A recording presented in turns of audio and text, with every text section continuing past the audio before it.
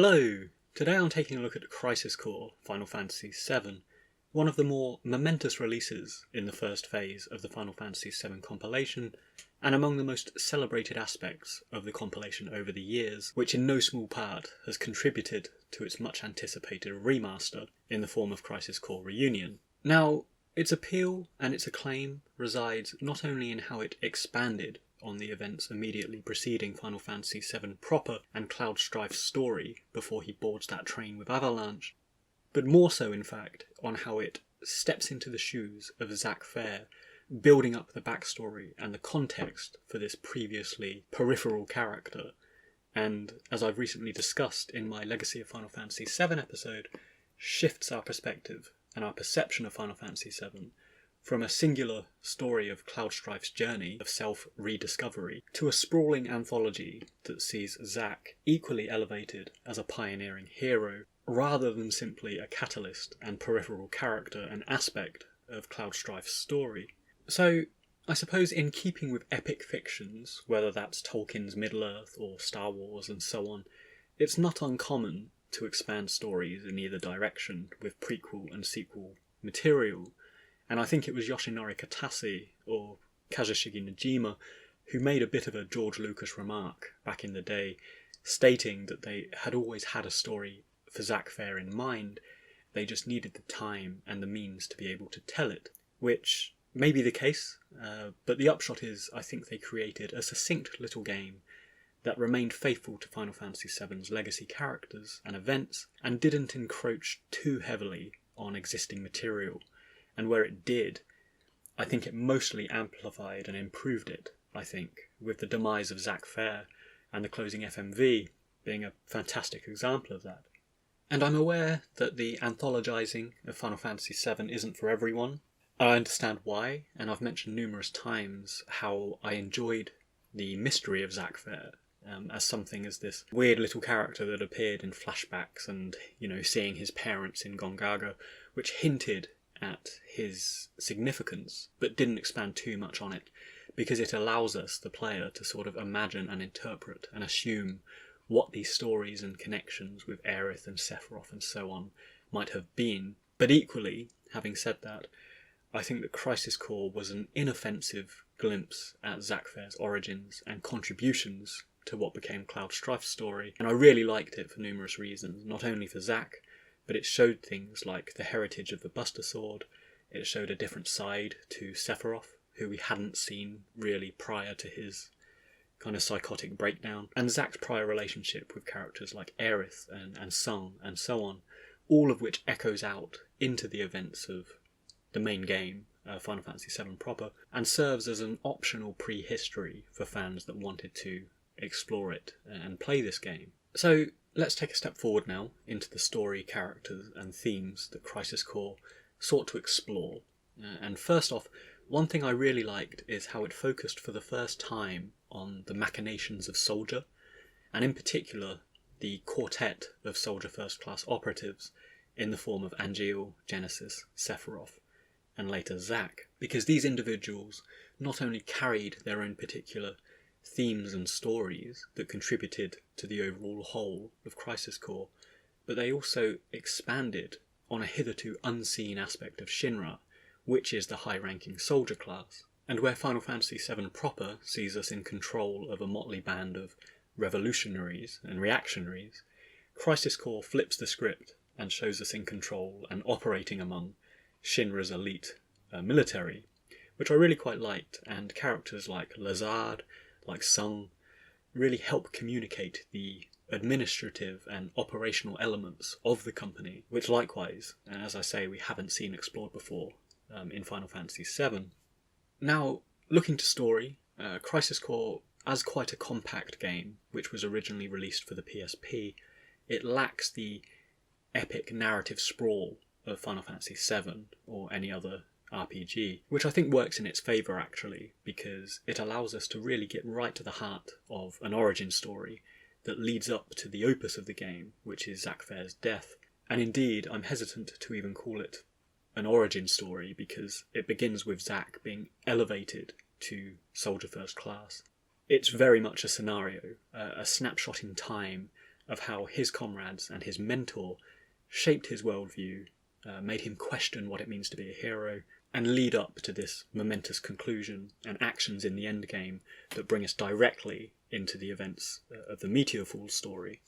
And so, while on the surface the story takes place during a tumultuous conflict with Wutai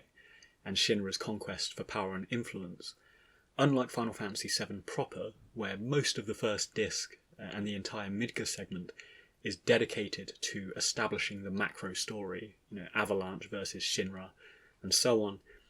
in Crisis Core the focus very quickly hones in on the personal plight of these central characters, and specifically on the pioneering genetic engineering and dystopian human experimentation angle that informs and makes up Sephiroth and Cloud's arc in the main game, and Genesis and Angeal's story in this game. And it in many ways, I think, serves as the enduring narrative backbone of Final Fantasy VII, this whole genetic scientific stuff, because it really elevated it out of the high fantasy origins of the series and into the arena of futuristic science fantasy and sort of dystopian fiction. So I like that there's that consistent thread there that once again feeds from this prequel into the sequel. Now, much like the role of Hojo in Final Fantasy VII as the progenitor of the Sephiroth experiments, known as Project S in Crisis Core, the game expands on this backstory, looking additionally at a new character, which is Professor Hollander, who's a rival to Hojo and has his own Genova experiments, known as Project G, which has resulted in the creation of two other new characters, which is Genesis Rhapsodos and Angeal Hewley. And so, in some ways, we can argue that Crisis Core follows in the narrative footsteps of the main game, since Genesis discovers his origins, becomes maniacally unhinged about this and his imminent demise, which isn't entirely dissimilar from Sephiroth, and our hero Zack needs to stop him. So that's the sort of broad stroke story. But the story goes about this in a slightly different way and explores radically different themes in doing so. And this is what leads us onto our central characters. So turning to our central characters who embody these new themes, and looking first at our protagonist Zack Fair, among the differences in this game is, rather than having a hero who has personally suffered from the antagonist's actions or these experiments and things like that, Zack is actually an immensely optimistic and bouncy sort of protagonist who likes to see the good in things, and so the personal plight that he undergoes through this game is not so much a huge transformation or ascension to hero status, overcoming some personal issues like many Final Fantasy protagonists do, whether it's Squall or Zidane or, of course, Cloud Strife. It is the perseverance of the heroic values that Zack already has in the face of betrayal and in the face of adversity that sees his story play out. And once more, this optimism and this heroic selflessness is a huge component of Zack's story, and particularly his last stand and rescuing of Cloud Strife, which I will unpack shortly. Turning to other key characters in the story, such as Genesis and Angeal, their proximity to Zack make them central in how this story unfolds, and along with characters like Hollander and Lazard, create this entirely new narrative, but equally in their own way, they explore this prevailing theme, an idea of what it is to be a hero. Now, looking first to Genesis, he is a character that's been met with some mixed reception from fans, I think. Some because of his reliance on pop culture to sort of try and elevate him and increase his popularity, because of course he's modelled on the singer Gact. And for others, it's just his general demeanour and role in the story. But for me, as someone that likes fallible, misguided, and overwhelmingly flawed characters in fiction, such as Cypher in Final Fantasy VIII being another comparable example, I quite like Genesis. And while, yes, he is very ostentatious with his constant recitations of poetry and so on, I think all of this worked in service of conveying who his character is and actually what his character's fundamental flaws are, which is hubris and ego. And perhaps more importantly, it shows all the ways he's in fact the opposite to our protagonist Zack, and they have these very conflicted ideas as to what makes a hero. And I think to this end, Cypher is actually a good comparison to make with Genesis, because where Cypher has this idealised vision of himself that's been influenced by the Laguna Sorceress movie that he watched as a kid, and eventually leads him down the wrong path. So too has Genesis cultivated this idealised image of himself as a protagonist akin to the play Loveless that he constantly recites, which increasingly skews his reality and his idea of himself as the game wears on, and emphasises this main character syndrome that he has, consistently bringing him into conflict with others. And indeed, just to zero in on this point, if we look at the catalyst to Genesis's decline, which is the shoulder injury that he received sparring with Sephiroth, we can see just how his own hubris has led to his own undoing in a lot of ways. And in what many regard to be one of the best FMV sequences in the game, if not the entire Final Fantasy VII anthology, we witness an unrelenting Genesis escalate this friendly sparring match with Sephiroth to the point that he ends up not only attacking his ally Angeal, but also injures himself in the process. And all of this is done because of his own pride, his own ego, in trying to usurp Sephiroth's place as the number one soldier. Likewise, looking at the aesthetics of Genesis, we can further see his lofty idea of himself, because unlike the standard soldier uniform that is worn by Angeal, Zack, and others, and more in keeping with Sephiroth, Genesis attempts to appear unique among his comrades with his distinctive red coat and stylised shoulder pauldrons. So I think everything from his poetic dialogue to his attire to his actions in the game aptly conveys this folly and flawed nature of Genesis, which is driven initially by his pride and jealousy, and later by his degradation, ageing and decline, which I think is quite fitting actually, because as a prideful, narcissistic sort of character, the most fitting and indeed tragic fate to befall him probably is, premature aging and degradation of the body. And I always did feel that Genesis had this Greek tragedy element to him, of a story arc, where the punishment fits the crime, as it were. And I suppose if we look beyond his pride and his origins as a genetic experiment, I think we can appreciate Genesis is quite a sympathetic character too, in some respects, and almost a prototypical Sephiroth, because, again, not dissimilar to how his story plays out. So, overall, I did like Genesis and his role in the first part of the story. And my only real criticism is that I did have mixed feelings about Genesis appearing at the Nibelheim reactor to drop the Genova reveal on Sephiroth. And while I appreciate that Crisis Core is a game of two halves, which is the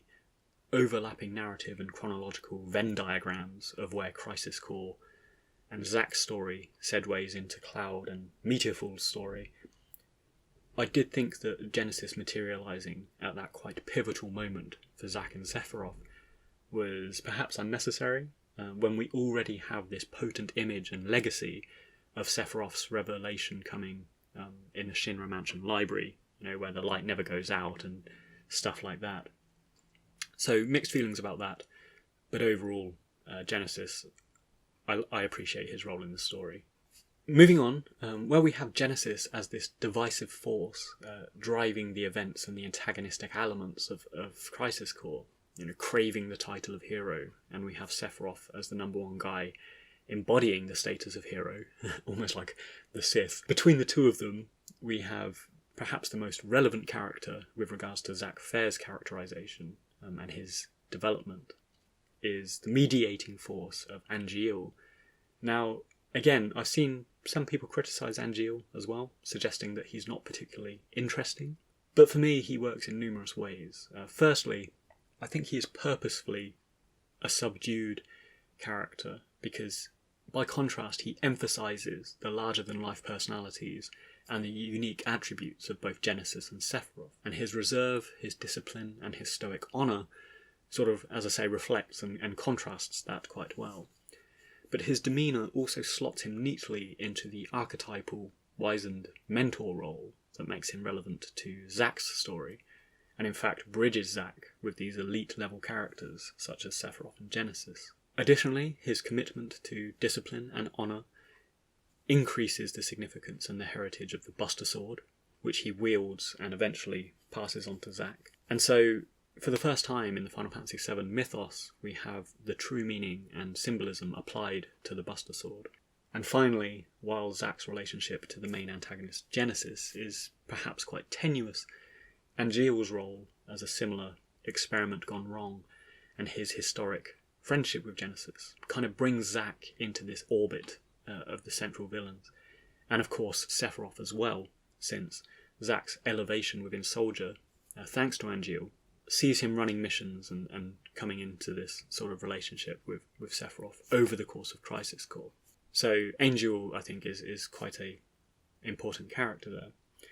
So I liked him, and I think he was a good intermediary that bridged Zack with Genesis and Zack with Sephiroth, creating this prehistory that facilitates the prelude to the Cloud Strife Meteorfall story. And Angeal's curious role in the story as a genetic experiment, albeit one that has a strong sense of honour and doing the right thing,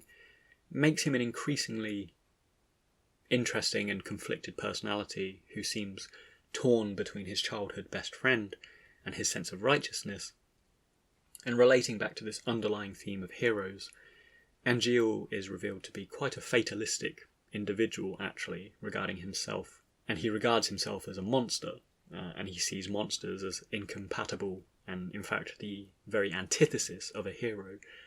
So Angeal embodies a very simplistic, broad strokes worldview, symbolising people as heroes and monsters, good and bad, which was quite interesting. But I suppose looking at storycraft, I did see how and why the writers might want to make Soldier, the elite class, to be kind of superhuman. And there is something rewarding in seeing the human characters like Zack and later Cloud eventually overcome and defeat these superhumans. And I also like the tragical element of both Angeal and Genesis being these unwitting experiments, despite being fundamentally good people. But on my initial playthrough, I did find all of the clones with Angeal's face and stuff, and then Lazard being one as well. It was a bit overblown, perhaps a bit derivative of the Genesis arc. But again, it's a Final Fantasy game. All of them have these bombastic story elements to some degree or another. But I have wondered if some of the dissenters find Angeal boring because of his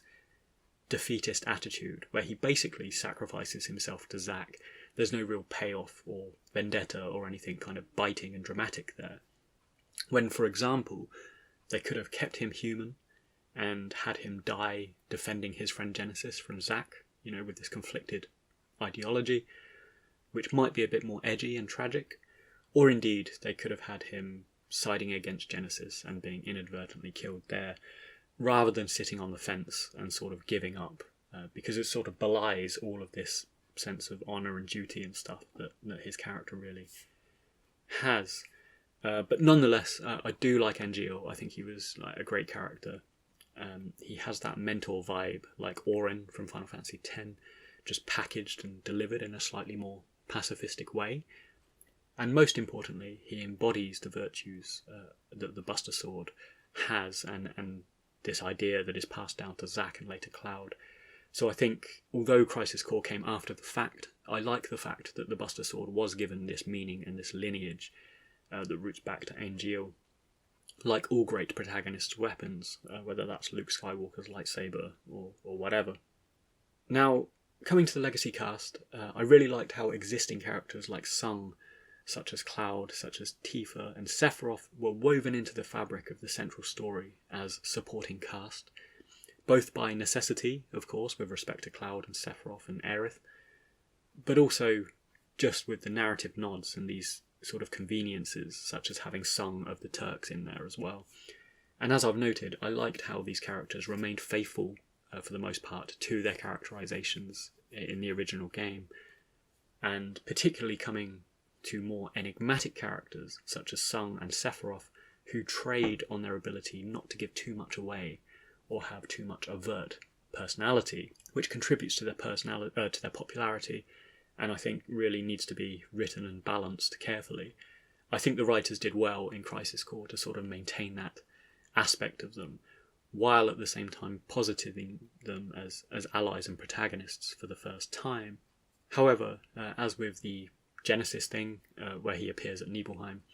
I did have some misgivings around the implementation of some of these interactions, with another one being Zack Fair meeting Aerith in almost exactly the same way that Cloud Strife does in the Midgard Church.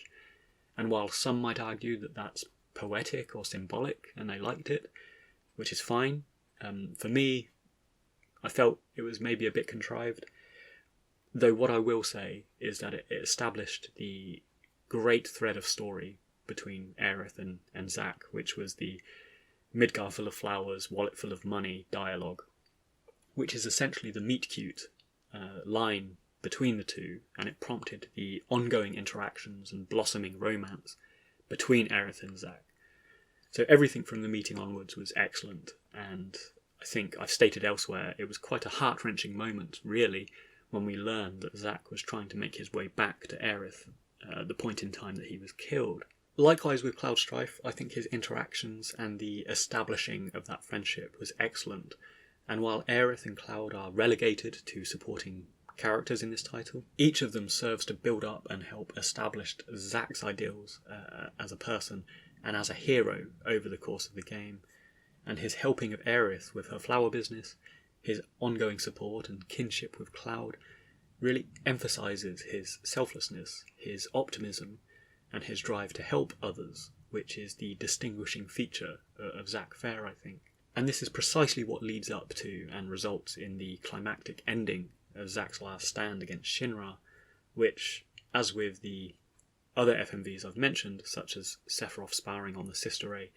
I also think ranks among one of the best Final Fantasy VII FMVs to this day, because this scene is both the narrative and the thematic climax of Zack Fair and his idea of what a hero is, and where Genesis embodies a very inward view of a hero as being someone who's the strongest, Zack has a very outward view of a hero whose nature is to protect others, regardless of who they are. And I think what I love most is that Zack's demise isn't the result of saving the world or defeating some epic villain, but rather it's the result of saving one life, like one person, which is the defenceless Cloud Strife. That's what he gave his life for. And it's really quite an emotive and powerful conclusion. And I'm not someone that usually gets teary-eyed about anything, actually, but Zack's last stand really did get me a bit, to be honest. And I think for a character who I've already stated I didn't mind as a mystery, and I didn't mind so much whether or not they established his story, I think the way they fleshed him out in the relatively short space of time the Crisis Core plays out really worked well, and it made me quite upset by the ending, which is just a testament, I suppose, to the storytelling, or at least the character development that they were able to establish for Zack in such a short space of time. So, fantastic conclusion overall, and I think Zack is rightly elevated to Cloud's level of repute and popularity, although that's hardly a competition because they both represent and embody completely different things, and I suppose the only lingering mystery now is what the hell's going on with the remake mythos, wherein the timeline seems to alter Zack's fate. And I've spoken about this recently, but suffice to say here, I was initially confused by that decision, but I think viewing the remake as the sequel that it is, it's not diluting or compromising anything that came before it. It's not diluting, the impact of Zack's fate, because this is canonical. We know that this is supposed to happen. So I suppose we can look at it as an intriguing mystery as to what's going on here, and it needs to conclude one way or another, and I think it might be quite fateful. But that's a conversation for another day. I'm digressing, and I've discussed it in the past already. So, just to wrap up on a few more bits, in keeping with characters, themes and symbolism, as is often the case with Final Fantasy, we can also look to the soundtrack to really pick up on some of these features. And I loved that the Crisis Core soundtrack was pretty eclectic. It was almost split in half. And firstly, we had the driving character themes, such as Under the Apple Tree or The Price of Freedom, which were driven by acoustic instruments that gave an almost provincial country feel that harkens to the innocent, small-town origins of these characters in places like Banora or Gongaga or indeed Nibelheim, which contrasts hugely with the conflicted worlds and complicated worlds they end up in, such as war-torn Wutai, dystopian Midgar, and so on. And there's a very strong bittersweetness and sense of nostalgia and lost innocence that I think permeates Crisis Core, indie's themes really well. The other half of the soundtrack, which starkly contrasts with the acoustic pieces, is the mission and the battlefield music, which adopts a much more electronic and heavy metal sort of texture and heightens the action and the immediacy of battle. So I really like the juxtaposition there, and I think they balanced the game events quite well. Turning to the battle system itself, Crisis Core was yet another departure from the main game by being an action RPG, and we could say actually a very basic precursor to where Final Fantasy VII finds itself today. But perhaps the most enduring and confusing element of combat was the DMW system, which is a set of rolling slots that randomly land on a character portrait and number combinations to level or buff Zack sort of randomly during battle. I suppose I didn't mind this system, but it was pretty intrusive to begin with on the HUD, and it took a while for me to get used to its presence. But it's been argued by some that it's narratively pertinent because it shows how certain characters are always on Zack's mind, and he's thinking of them, which improves his battle prowess. So yes, I agree with that fundamentally, but I do get that it was quite confusing for a lot of people as well. But I'm someone that's always appreciated and respected Square's ability to sort of experiment with different battle and levelling systems. You know, I'm a fan of the junction system, just to put it out there. So yeah, I didn't mind that they were trying something new here. Turning to the graphics, this is perhaps the most radical element that's changed over the years, because the PSP version of Crisis Core was much more sort of Kingdom Hearts and anime style, with the large eyes and the sort of almost cel-shaded bold colours in the characters, whereas Crisis Core Reunion has adopted a much more figurative, realistic sort of style that is much more pertinent, I suppose, to the Final Fantasy VII Remake era that we now find ourselves in. And yeah, I quite liked the renewed direction with this updated character art. And while Square seemed to catch a lot of criticism for their lazy remasters in recent years, I think that Crisis Core is probably one of the best that they've done in terms of really going to town and upgrading those graphics. So, in all, Crisis Core is a story that, more than anything else, I think establishes Zack Fair in the hearts and minds of the players. That's really what it does. It drives home and contextualises his role in Final Fantasy VII. And as I say, I feel the game is a story of two halves, with the Genesis and Angeal and Hollander aspect simply facilitating the events that lead up to the dramatic heart of Final Fantasy VII, which is Sephiroth's mental break and descent into evil. And we have the symbolic conclusion of Zack handing Cloud Strife the Buster Sword, which is almost literally the status of hero and the status of protagonist being passed from one to the other. And I've discussed Zack Fair and Cloud Strife at length in dedicated episodes, looking at the intricacies of these character arcs and characterizations. So there we have it. Although Crisis Core was a game that nobody was sure we needed, and it did come out of nowhere, if I recall correctly, I think it did a great job of creating that prehistory for Cloud Strife and the setting of Final Fantasy VII, and it cleared up and recalibrated a lot of different threads and theories of the story that became muddled over time, because we had anime movies like The Last Order and so on. There was a lot of crazy stuff going on with regards to the chronology and the story prior to what we see in the original game. So that was great, and it added a lot of weight as to how and why Cloud came into possession of the Buster Sword. If you got this far, thanks for listening, and I hope you enjoyed this brief look at Crisis Core. If you want to hear more discussion on Cloud, Zack, and other aspects of the games, I'll drop some links in the description. And if you'd like to support the channel, please consider sharing and subscribing, which will keep you updated.